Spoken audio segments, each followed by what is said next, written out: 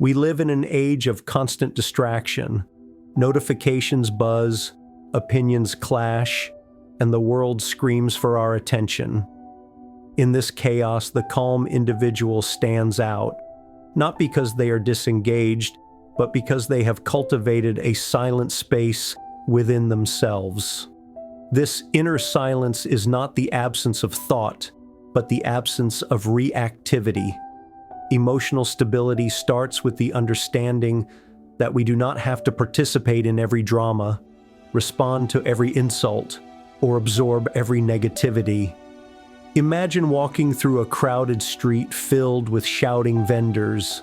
Most people would become stressed or agitated. But now, picture someone walking the same path with a serene expression, noticing the noise, but not carrying it. That is the art of detachment, and it's the first step to calmness. Detachment does not mean apathy. It means creating space between stimulus and response. The moment someone says something offensive, the reactive mind wants to snap back. But the calm mind pauses, assesses, and responds with intention. This is psychological strength, the ability to choose your reaction, not be governed by impulse. To cultivate this, daily practice is essential.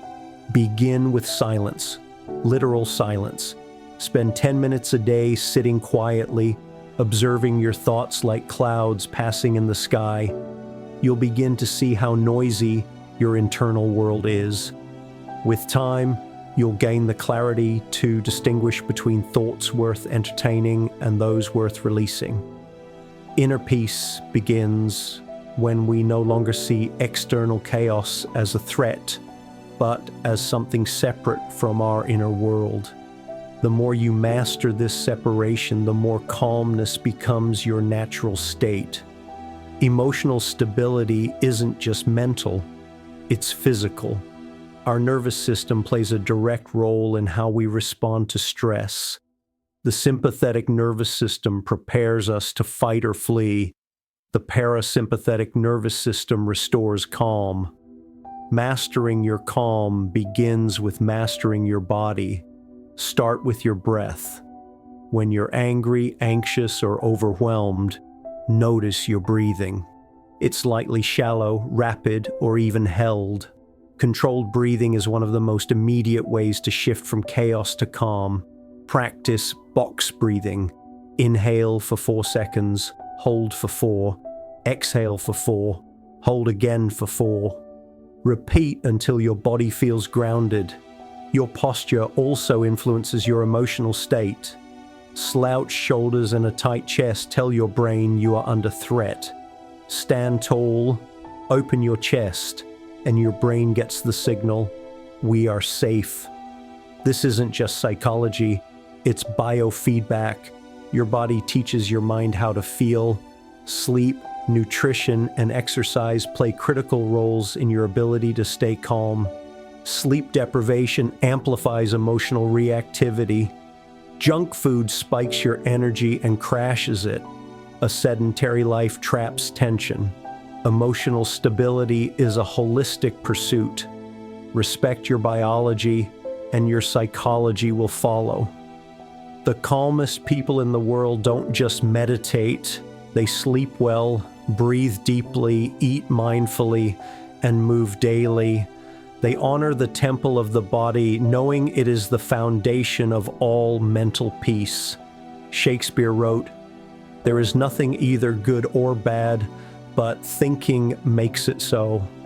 The emotionally resilient understand this deeply. It's not what happens that disturbs us, but how we interpret it. Cognitive reframing is the act of choosing a different lens through which to view a situation.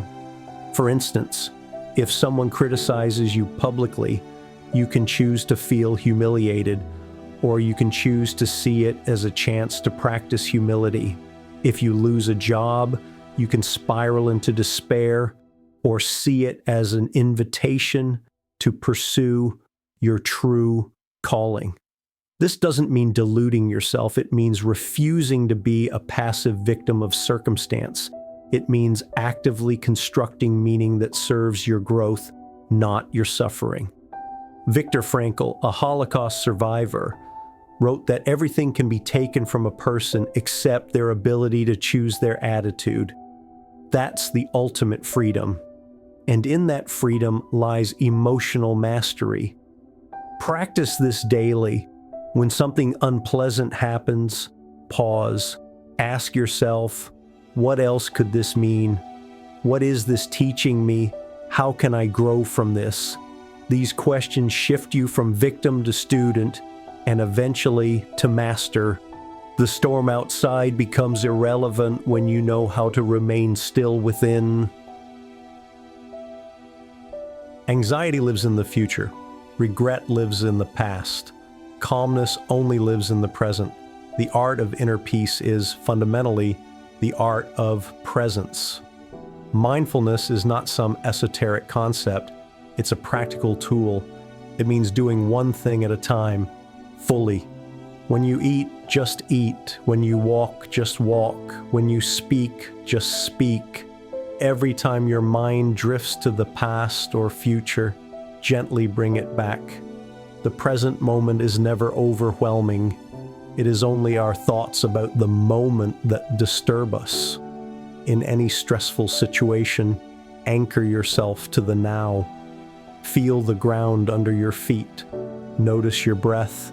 Listen to the sounds around you. These small actions bring you back from mental chaos to physical calm. Technology is one of the greatest disruptors of presence. Constant scrolling, switching tabs, and checking notifications fragments our attention. Train your mind like a muscle. Eliminate distractions. Practice focus. The more presence you develop, the more inner peace becomes your default. Eckhart Tolle said, "Realize deeply that the present moment is all you have. Make the now the primary focus of your life." There is great peace in that realization. Nothing is missing in the now. Presence is not about doing less. It's about doing everything with full awareness. And that awareness is where peace resides. To stay calm in any situation, you must learn to protect your energy. This is where boundaries come in, not to shut the world out, but to prevent the wrong things from getting in. A calm person is not a pushover. They are clear about what they allow and what they do not. They say no without guilt and yes without resentment. They do not overextend themselves or seek validation through overgiving. Setting boundaries means knowing your limits and respecting them. It also means communicating them calmly but firmly. For example, if a coworker frequently dumps their emotional baggage on you, you can say, "I care about you, but I'm not in the right space to support you right now." This isn't cruelty, it's self-respect. When you prioritize your peace, you teach others to do the same. Chaos is often a result of boundary violations, either others violating yours or you violating your own. There's a difference between being kind and being available 24/7. The calmest people have the clearest boundaries. They don't attend every argument they're invited to. They walk away from drama, not because they're weak, but because they value their peace more than proving a point. You don't need to control others to stay calm.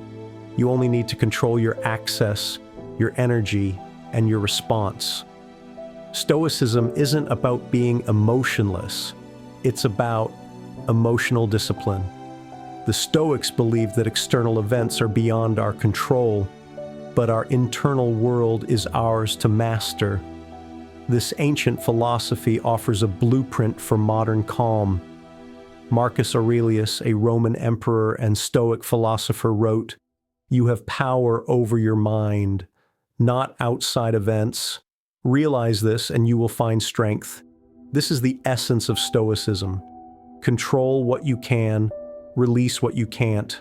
When something stressful happens, ask yourself, Is this within my control? If yes, take action. If no, let it go. This one practice alone can eliminate 80% of daily stress. The Stoics also practice negative visualization, imagining worst-case scenarios not to scare themselves, but to build resilience. When you've already rehearsed loss, discomfort, or failure in your mind, you're not shocked when it arrives. You're prepared. Gratitude is another Stoic pillar. Every day, they reflected on what they were thankful for, reminding themselves that life owes them nothing. This kept entitlement at bay and peace intact. To live like a Stoic is to live with intentionality, to choose your reaction, to define your values and live by them, and in doing so, discover a calm that no chaos can shake. The final step is becoming the kind of person for whom calmness is not just a state, but an identity. You are not someone who tries to stay calm. You are a calm person. That shift in self-perception transforms everything. Identity shapes behavior.